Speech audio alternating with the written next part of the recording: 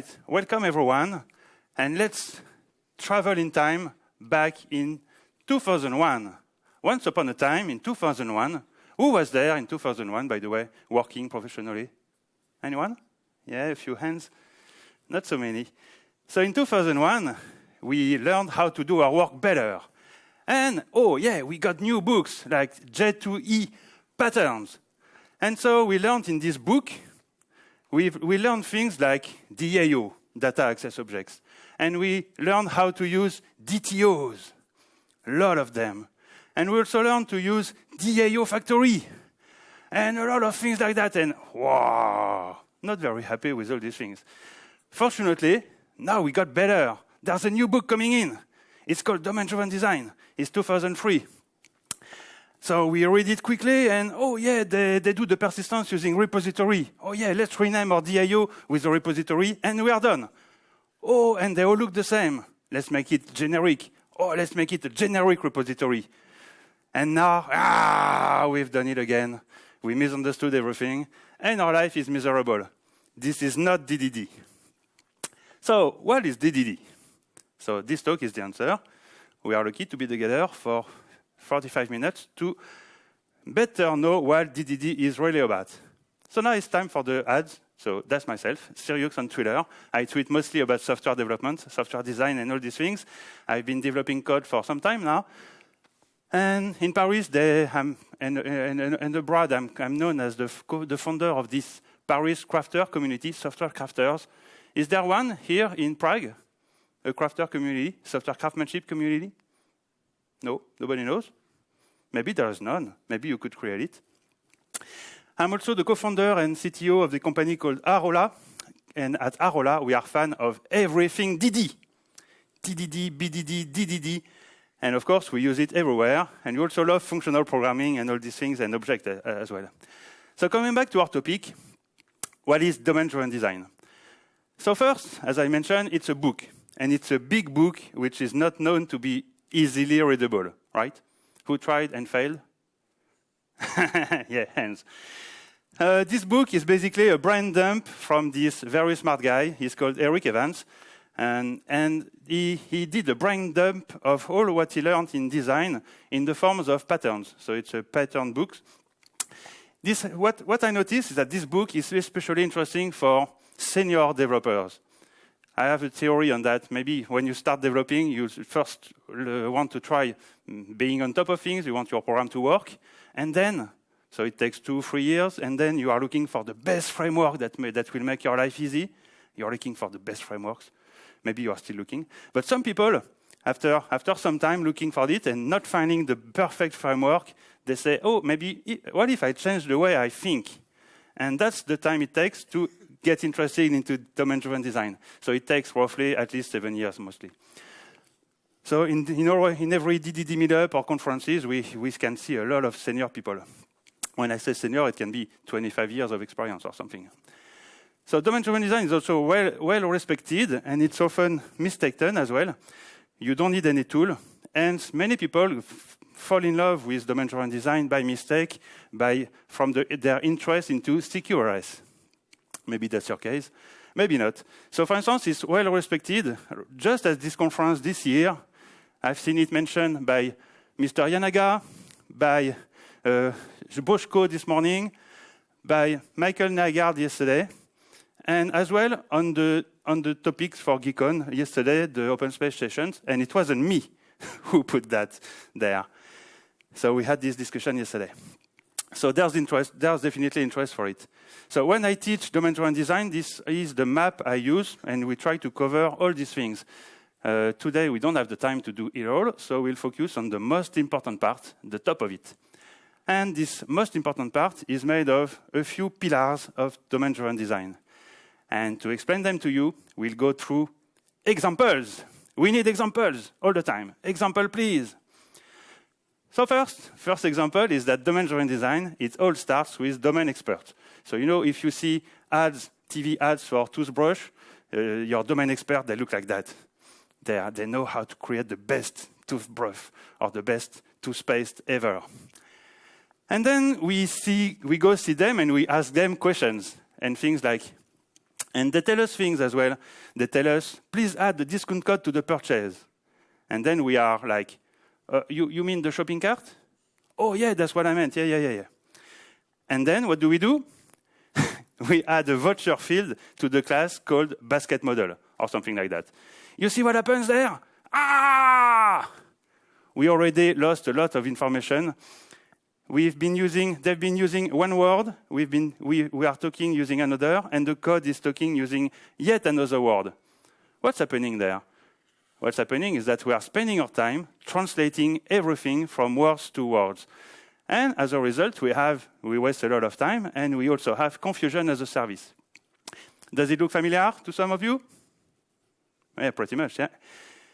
The answer to this problem is the concept from domain-driven design of this ubiquitous language. We will talk the domain language everywhere. So an example of a ubiquitous language, if you have a very old domain like stairs like this, these domains comes fully with clear words, and you have a precise words for everything there. You see, you have a landing at the top, everything is named very clearly. So you can be very accurate. Using that, you can be very accurate when you talk to each other. You can say, I'm talking about the starting step. It's not the step number one, it's the starting step. Everything has a precise meaning. So ubiquitous language is something you pay attention to. It's also something that you are deliberately shaping, which means if you need a new word, you will pay attention to it. You will try to find the right word, which means that the first test of doing DDD or not is using a thesaurus or not. If you don't have a thesaurus tab open on your browser, you are probably not very serious in naming, and in particular with domain-driven design. So so let me introduce my dinosaur, the thesaurus as a dinosaur, No, it was supposed to be funny, no? No? Nobody? You don't laugh? Yeah? Oh shit, it never works, this joke never works. I have to explain then. It's a dinosaur, so when you meet it, you're afraid, so you say gasp, and it gives you every synonyms of gasp, right? No? Oh, come on. All right. Oh, it never works. The joke never works. All right. Maybe that's why it works indeed.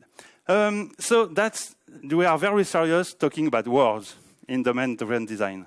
So everybody talking the domain language, everywhere, even in the code.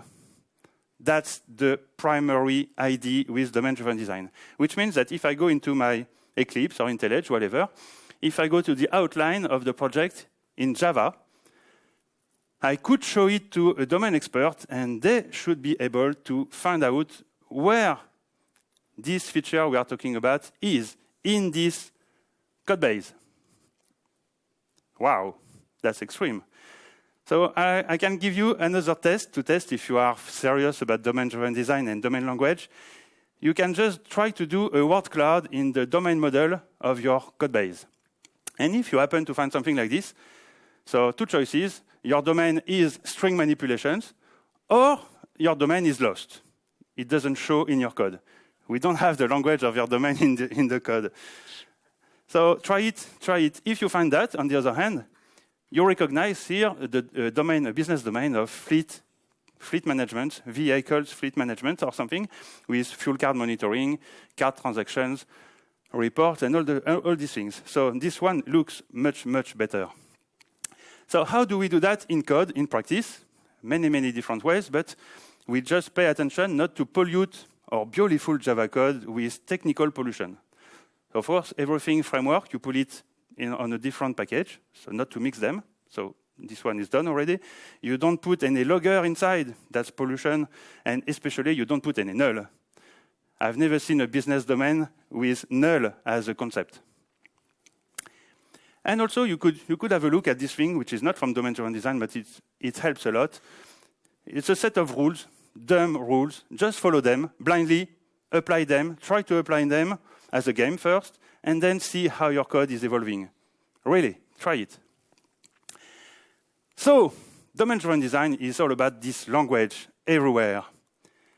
So, Cyril, you mean that domain-driven design is primarily just talking business domain? Yes. And so thank you very much for your attention. That's the end of this presentation. It was meant to be a short presentation on domain-driven design. Buy my book. It's on LeanPub. You can get it for free. You put the price to 0. It will be on Addison Wesley very shortly, maybe in one month or 2. And no, I'm kidding. No, of course, it's not finished. But, in Agile, we try to do the serious stuff early so that if the fire alarm was to ring, we would have to go out and we would have done the essential part of the talk already. Seriously, we've done the essential already. So now we're going to see additional stuff from domain-driven design.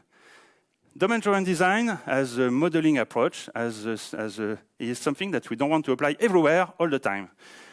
When to apply domain-driven design? An example. Imagine we want to build an application to detect payment frauds in an e-commerce system, for instance. Is it easy to detect frauds? Not that much.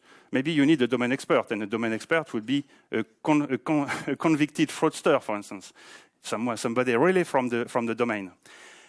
And is it really easy to do that? No, not that much. There's a risk, and the risk is in the way you understand the domain more or less. The more you understand it, the better your fraud detection will be. Which means that this is the ideal case for applying domain-driven design. Domain-driven design and deep modeling, understanding the domain in depth, will give you very strong benefits in this case. More generally, anytime you need a feature to beat the competition in the way your domain, your business works, then domain-driven design has value because the value is in the domain. This is where you want to apply domain-driven design. And everywhere else, if you just want to build very beautiful to-do list application on mobile phones, then go CRUD. So yes, I'm suggesting that the opposite of doing full, complete DDD is something like CRUD and frameworks, where you just want to do the quickest thing that works and be done with it. Domain-driven design is more expensive as an approach of creating a domain model, and it should not be done everywhere indifferently. You should focus that as a special effort, as an investment, where it will matter for the business of your company. Okay? So we focus on the core domain.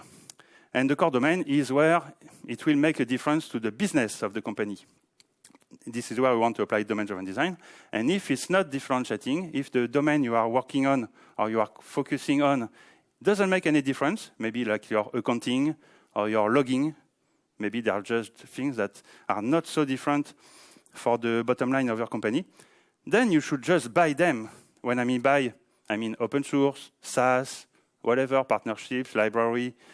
It doesn't have to be commercial, but you take it off the shelves. And you don't customize too much. Otherwise, it becomes your own project, your own bespoke development again, anyway. And if it's not differentiating, you can adapt your process instead of adapting the tool you are taking from the shelves. Make sense? The next thing is that if you are serious if it matters on the differentiating part, you want to invest, it's always easier to understand the domain if you are really curious about it. Curiosity is a tool for us.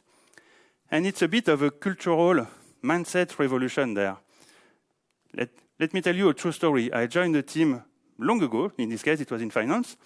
And the architects and developers were all like, oh, I only care about J2E. So these days, it would be Kubernetes, Docker, I don't know, the Kafka.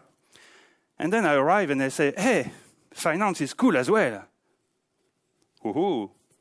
They didn't care at all about finance at the time.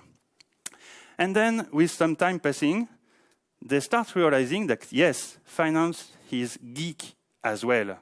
Yes, and let me tell you a secret, every domain, even boring domains, if you dig into them deep enough, they are becoming very, very interesting. You will find them interesting from your geek perspective, if you have one. Really. And developers can become very genuinely interested into domains, but you just have to try. You just have to try to get into them.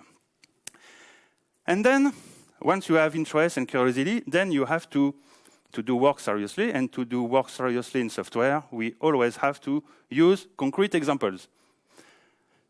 And this is where behavior-driven development helps a lot.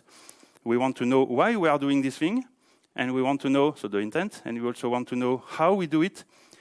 And you can see the power of the communicative power of these concrete scenarios. So far, you know nothing about my domain, fleet management, and with just one or two examples, you'll understand what it's about. Imagine, you see, a vehicle with a tank, a fuel tank with 48 liters, and if my driver for this vehicle is buying 52 liters of fuel, then obviously I have some questions to ask the driver. And this is a kind of concrete examples that we'll start coding from. So behavior-driven development, BDD, is your best gateway drug to start applying domain-driven design seriously in good conditions, even on a legacy, even if your code will remain crap mostly. At least you'll have the domain language in scenarios. You'll have a concrete trace of what you understood from the domain in the scenarios, maybe in your Cucumber at the end. And you'll have test as well as a very nice side effect, as a very nice byproduct. Anyone doing BDD there? Already? Yeah? Keep on. Keep on trying. So right now, we've seen domain-driven design from number one aspect, which was the domain language. And it's very important to understand that domain-driven design is not one thing. It's a brain dump, remember? So it's made of different parts. And what we've seen so far, we've seen the domain language, and the domain language, you can be dogmatic on that. It's always good to pay attention to the domain language of your business. The domain modeling, deep that we just mentioned, has to be just on the core domain, and it's a different part of domain-driven design that you do not all the time. So I've talked a lot, so I'll give you the little kitten break for a few seconds, right? That's just time to relax and breathe deeply and smile, watching a beautiful, pretty kitten. Okay? You tell me when you're ready. Enough kitten? Enough kitten? So let's move on. What I was mentioning is that another key idea of domain-driven design as the modeling approach, the one you do on the core domain, is that whatever you understand from the domain, you will try to immediately implement using Java code. Sounds obvious maybe right now, but in 2003, you were supposed to create an analysis model using UML or whatever, not code, something not dirty as code, they would say. And then you will have to translate that into a detailed design document, again using something different than programming language, and then you will have to have developers just translate this understanding into a dirty programming language like Java. And one of the very important ideas of domain-driven design was to say, hey, no, we are not that. First, we are not dumb as developers. We can understand the domain. And every time you create translation, you lose a lot of important information. So we want to be direct contact with the domain expert, understanding of the domain, Java code, and we try to make the Java code mimic what we understood as close as possible. And Ward Cunningham would call that the technical depth, indeed. That's the very definition of the technical depth, is the distance between what you understood and what the code is showing as a result. And you want that to be ideally something close to zero. So very abstract design, we need examples. So counter examples are this. We don't need these big diagrams. We don't want to do that. I don't mean that UML is not bad in itself. It's just that we don't need it much. Maybe just on a napkin from time to time. No, what we want is we take the domain, like for instance the domain of singing kitten, probably exists somewhere because I took the picture from internet. I don't know if anybody knows. No. So singing kitten, we'll try to model that using Java code. Very easy. We have kitty, we have kitten, so things, nouns. And we also have intangible things like the attitude. The attitude for singing kitten is everything, like in pop. Rockstar attitude. And then we have things as well, like microphone. And we also have behaviors, like singing into a microphone. So verbs, very important. Verbs belong to your ubiquitous language. And in Java, they become methods on objects. And then we also have this concept of playback. Very important. It doesn't show on the picture, but we have playback as well as a concept. And then, so far, it's just ASCII code in your IDE. So just not taking. But because it's Java code, it has some special property, magic property, that you can run it. So you click the green arrow, click, and in the console, you expect to see mew, mew, mew. And if you put the loudspeaker on, you expect to hear mew, mew, mew. So now, two things can happen. Something like nothing, or waf, waf. So in this case, you know you have felt something. So actually, the code is giving you a feedback. Another thing that can happen is that it does mew, mew, mew, mew, mew, mew, mew, mew, mew, and never stops. So this way, you know, for instance, that you missed some concept, implicit so far, of where or how does the performance end, the termination of the performance. So true story from finance that I lived already. The code, whenever you try to model into code what you understood, the code will give you a concrete and very honest feedback on your understanding. At some point, I end up believing that the code is like the N+1 team member in the team. You see? Like the pair programmer, the pair with you that tells you, hey, you got it wrong there. So domain modeling can be more or less simple. Usually we try to do simple things. And the most simplest thing is a domain model made of just a constant Boolean field. And because here the purpose is, do I need to take an umbrella in London or not? And the answer is obviously always true.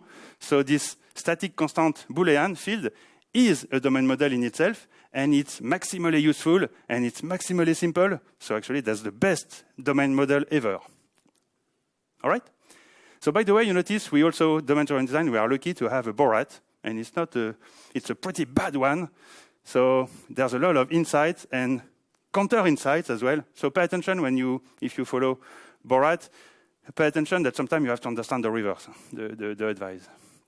But that's interesting to better understand domain-driven design too.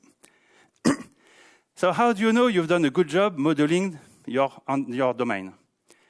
One test is that if you have new joiners in your team, new joiners, you have them learn the business domain just by reading the code.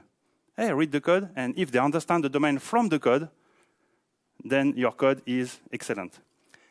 So I'm talking about the code, but the tests are part of it as well. And the tests are feedback to, imagine you understand the domain, and you look at the test, and you say, okay, see, if I understand well, if I multiply this value by 2, I should have there twice the number. Look, let's try. All right, so I understood it well. It's not twice. Oh, what did I miss? So again, it's a feedback for learning. A bit like in school books, you have the chapters telling you things, and then you have the quiz at the end to check you understood it correctly. Code and test work the same way from a communication perspective. Okay, so right now, so far, we've just seen modeling, domain modeling, and this is the part that has to be done on only where it matters, because all this particular effort is more expensive. It takes additional time. So you don't do that all the time. I've seen customers, large companies, trying to make domain-driven design mandatory everywhere. Please don't do that. The domain language everywhere, that's fine. Domain modeling in-depth everywhere, just wasting money and risk and developer time for very little. So don't do that, please. All right, so now how do we do domain modeling in practice? And that's where we have the third definition of domain-driven design, which are the tactical patterns. So it's just a toolbox. So it's not very important. It's just a toolbox that you may want to use when it fits. We'll go through these tactical patterns very quickly because they are very unimportant. But still, I just want to mention quickly. Value objects are by far the most important ones. And these are my defaults everywhere. Basically, it's just equality by value. So fields, if you have two objects and their fields are all equal field by field, then your objects are supposed to be the same objects. And you also have immutable fields. So yesterday, for instance, we've seen with revisiting effective Java by Mr. Yanaga, a lot of practical advices to do that in Java 8 and more. So please have a look at this kind of body of language of knowledge to do it in the modern Java. And so you don't have any getter-setter by default because you don't need them. What you need, what you want is behavior inside your value objects. These value objects have nothing to do with DTOs. They are real objects doing behavior that happen to be immutable and very simple. And the behavior here we have a value objects of to shift dates, working days. Friday plus 2 days will be hopefully next Tuesday. And this kind of little shift can work with calendar days or working days. And so here in this shift method, I have some behavior using a switch, which actually will be refactored into using the polymorphism of enum as mod.shift using the enum as well. So in Java enums are perfect value objects. Scala case classes as well. And otherwise, you have to do them by hand. So some people use Lombok for that. I'm not a huge fan of Lombok, but it really helps some teams do that consistently. So value objects, and that's it. So my advice is try to make everything value objects and don't think too much about it.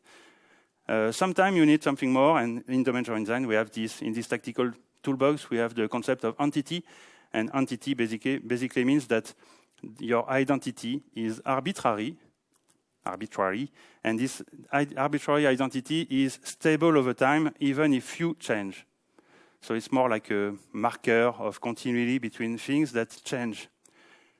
So databases have almost nothing but that.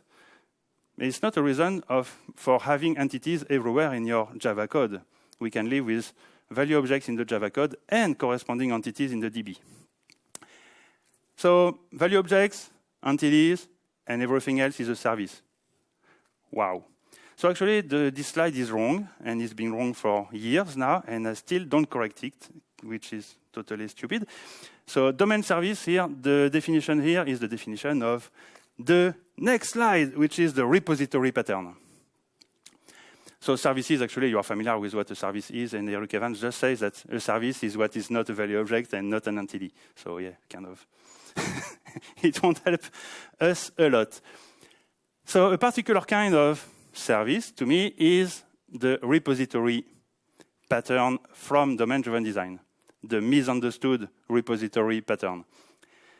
This pattern is extremely simple indeed. It's just the idea that whenever you want to do something with a database, with a middleware, with Kafka, with a queue, with a legacy system, by the way, considered as an external system, you don't want it to be visible in your domain code because it's ugly details with respect to the domains, right? So what do? We just disguise it with an interface that belongs to your domain and that has a domain name. And this way, everything's fine and life is nice for everyone. So I may have a lot of DIOs for my catalog, but I don't want this Hibernate DIO visible in my domain. In my domain, I want to see catalog as a concept, and that's it. So this is what I want. I want the domain language on top in my domain, and I want the implementation language separated very cleanly. Usually, we do that using the inversion of dependencies, so the DIP principles. So it usually goes with injection, but don't confuse the inversion with the injection. We want primarily the inversion here, which means I will call the catalog interface in my code, and only at runtime, this will call through late binding. This will call the concrete repository implementation. Make sense? Actually, it's just a little trick. And the other thing is that this catalog should only expose methods that look like an in-memory collection. Nothing like load and save, nothing transactional. Just add, remove, maybe not remove there, but maybe get, index of, find by, contains, this kind of stuff. So using the repository pattern, usually we start with the interface and we implement with a mock, with a real in-memory storage, for instance, as well. And only later we replace the mock or the in-memory collection with the DIO, the concrete implementation, the gateway to an external service or to the legacy system or whatever. Which means we start with the perspective of ignoring persistence. Let's make the domain work first, because it's a complex domain, and this is where our primary risk is. And then, when we know how we use the external system, the database, the middleware, then we'll choose the technology for persistence. By the way, if I were to work at Google, I would not do that, because probably that the persistence would be a primary risk as well, and I would try to do the persistence early as well. So everything has a context, and here the context, and I try to make it clear, the context was that my domain was rich enough to be the number one risk in my project. That's the idea. So repository pattern is a good thing indeed, but this is this idea of disguising technical stuff under beautiful domain language. Okay? And it's time for the second little kitten to relax ourselves a little bit before we jump to something completely different. And now for something different. Did they play Monty Python in Czech Republic long ago? Not so much. In France, we didn't have them, so we had to learn them later when we grew up. All right. Now for something different, strategic design. That's the fourth part of domain-driven design. And this one is useful all the time, especially if you are tech lead, team lead, architect, enterprise architect. The higher up, the more useful. And the primary concept of strategic design is the concept of bounded context. And so I show you the definition. I let you read a little bit to understand it. I'm kidding again. Who can really understand that immediately at first reading? Seriously. Eric, excuse me, but yeah, no, you can't. So instead, I will try to explain using oblique approach. Remember this, when we talk to domain experts, they tell you things like, please add a new discount mode. And so you are, where do I add this thing? Oh, I know. I'll put it in the main controller class because that's the place where everything is easy to do. Because everything is in there. I got every data very quickly close to me. I can access anything, anywhere. Okay, it's a bit big, but all right. But it's very easy to get things done quickly. You're familiar as well? What is this problem? This problem, actually, Carlo Pesco gave it a name. He calls that code gravity. You know, the Kepler laws and these things, big stuff attract smaller stuff, these kind of things, planets in cosmology and these things. So basically, the idea is that if you have a large object, and if you have small objects passing by, what happens? They are sucked to the big objects. And it works the same way with your large classes. Because they are very convenient, they have everything you need. Every time there's a new feature coming in, boop, and your large class becomes larger. And again, and you have a very large class. And how does it end in cosmology or things like that? Yeah, it implodes into into a black hole or something. When it's so heavy that it implodes under its own weight, then it ends very badly. And actually, it also ends badly in your software. If you have very large systems that grow too much, they become unmanageable at some point, and you have to do it to start again from scratch. And in this gravity thing, how do we oppose gravity, basically? It takes energy. It takes energy to fight gravity. Think of a plane or helicopters or something like that, or rockets. And in software, fighting this gravity also takes energy. And this energy is your willingness to do things right and to spend some time on it and to be serious about it. And typically, in strategic design, we want to spend energy and effort and thinking into making sure that we have we partition the space into various parts with boundaries between them. And we want that to be based on business domains. So for instance, our little feature that we have to think with the domain experts that, hey, so far we were confusing between payment and discounting, but now we begin to make sense that it's two different things, and we'll have two different modules, and we'll put this feature into the discounting, not the payment. So that will evolve more independently from now on. If it wasn't the case, we'll refactor based on a new domain understanding, and this domain understanding is understanding that the domain is not one, but it can be seen as different subdomains. And this, it can be seen, means discussing with people in the know, like domain experts, like directors in your company, like everybody with an opinion on that. And even your Jira, maybe your tickets already show that some tickets evolve together. Or actually, this idea of domain is a heuristic to cluster things that change together. That's basically the idea. As I mentioned yesterday in the open space session, it's also a place where we will talk a similar language. If we are in marketing, we will likely be talking about marketing language. We'll be talking about target, segments, audience, this kind of stuff, campaign, and this kind of stuff, locally within the marketing domain. So yeah, if we are not immediately from this point, we want to do refactoring based on the domain, not just refactoring based on duplication or based on technical metrics. If we do that consistently, then it's funny. Something happens. Long ago, when I was a young developer, I was hearing from time to time architects and managers saying things like, we want IT alignment with the business, blah, blah, blah, blah, blah. And to me, it was bullshit. Maybe it is for you right now. But the funny thing is that the more you are into domain-driven design, and strategic design especially, you eventually recognize that, hey, that's what I do, that's what we try to do every day, even within the team.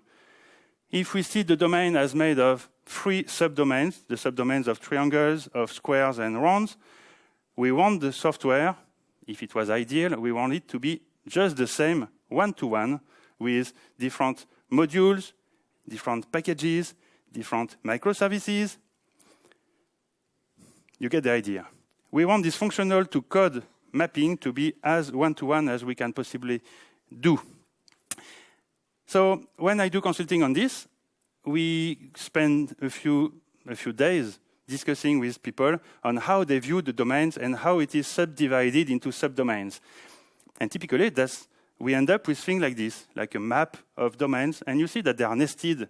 Large domains contain smaller domains that contain smaller domains and smaller domains. And now, from now on, we can decide that we're going to split at some level of granularity that we find suitable for us, with a trade-off, of course, between the level of the number of bits that you end up with, the number of services, for instance, with the latency that you will create, the independence that you need in terms of deployment, all these things. So you will never partition at the lowest level of granularity upfront. It would make absolutely no sense.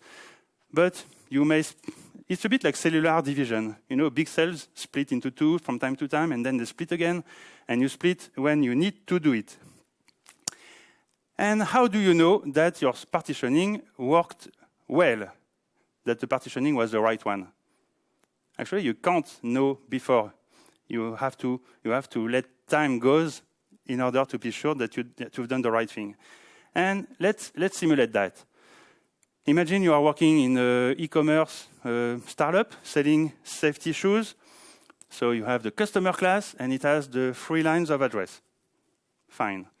And a few months later, you have your first B2B customer, and they need a different billing address than the shipping address. And so the developers, no problem, we can do it. Let's add a second set of address with a flag. Paf, it works. Familiar? So some people were saying that it's kind of dirty example made on purpose, and it is. But some people also told me that this one is clean, because what they've done is that they test for null for the other fields to find out if they are there or not, if the address are the same or not. So it can be even more dirty than I did it.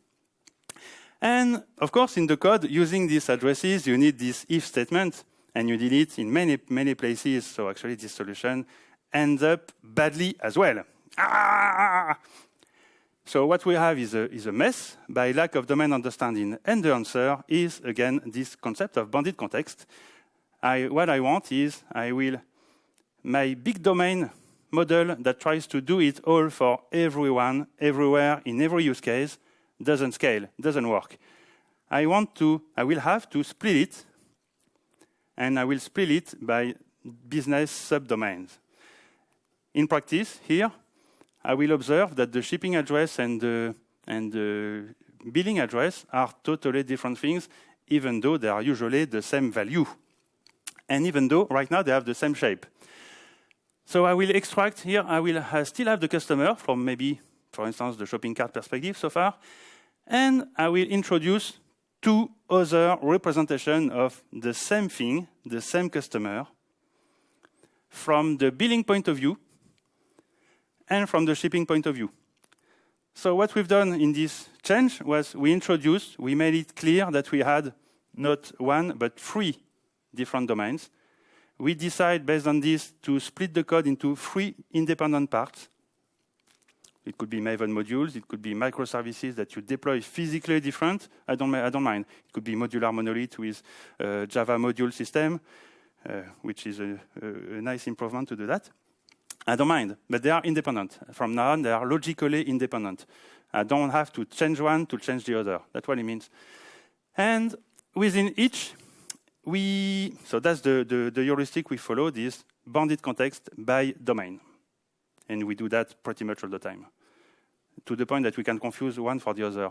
Bounded context, domains, we can say one for the other very commonly. And by doing that, we also introduce new names, because customer, from a shipping perspective, we call it a recipient. And a customer, from a billing perspective, we call it an account. And right now, we have the same data, the same schema in each of them. All right, I'm going too far. So you see, on the other hand, if we had paying attention to the language, we could have spotted these different domains and bounded context by paying attention to the different words we are using. They are using customer, we say account. What is the difference? The difference is that they imply a different context. They imply a different subdomain. And it's obvious in the choice of the words. So near synonyms are hints of bounded context, of potential bounded context. So what I mentioned is that here, very often, we have the same data in the shipping address and the billing address. Most of the time, they coincide. Even worse, we also have the same schema, same 3 lines of Java, same 3 fields of Java, same in the DB. So your colleagues may be, but that's massive duplication. We can't tolerate that. And you know what? Yes, it is a little bit of duplication, and that's fine. Because if we wanted to get rid of this duplication, we would end up with coupling. Michael Nagard, yeah. We want, and this coupling between different subdomains, we don't want this coupling. We want them to be independent. And we will be sure, one way to look at them is that they will evolve the different ways, and we will see that through a little story. And this story will show if we had it right, this partitioning. At the beginning of time, we have this billing account, and we have this shipping recipient, and they are all the same. Okay, so now we are redundant. But after a while, the account address could evolve with a post box, for instance. And a post box makes no sense from a shipping perspective. You never deliver a parcel to a post box. And similarly, from a shipping perspective, you may have to add a door code. And again, you don't need a door code for billing purposes. So even things as simple as addresses are different from subdomains to subdomains. And this thing we've done with customer, we could do the same with the other important thing, which is the purchase. And in this case, it's even more interesting. You don't have to have a mapping one-to-one between the purchase and the billing unit and the delivery request. If I'm the customer, I am paid if I buy on, I don't know, Price Ministers or eBay with marketplace and vendors. I will be billed once for each vendor. and the delivery will be done once for each set of items based on their availability. So it's not a one-to-one mapping. And this is kind of things that can make your projects, your code, much simpler. So in practice, if you have a lot of domains, and which end up as a lot of bounded context, the same concept, here the book, will be modeled again and again differently within each. And you see that from a catalog perspective, your book looks like a book, but from a shipping perspective, it's just something that can be shipped. So it's more like a shippable with some dimensions and weight and restrictions of country.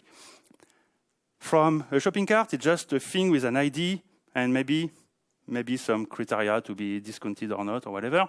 And from a recommendation perspective, it's more like, you know, things, the people that who bought that also bought this. So it's more like IDs bought together with other IDs, regardless of being a book, a DVD, a toy, or whatever. So what we have is we need different perspective and different things, different contexts show the same thing differently. That's very important. And the idea of bounded context is that it's easier to have different smaller models than one big model that would try to do it all. And actually, this diagram is funny. We saw it's almost the same diagram this morning in the first talk. So this splitting, you could also have a look at how your data are used by functions. And if you find cohesive clusters of functions calling a cohesive subset of data, they may suggest you have an implicit context there. And for each context, you can also change your technology of implementation. For instance, the catalog has a very high volume, so NoSQL read-only solution makes a lot of sense. You can also map your teams on different contexts like this, so that to have independence.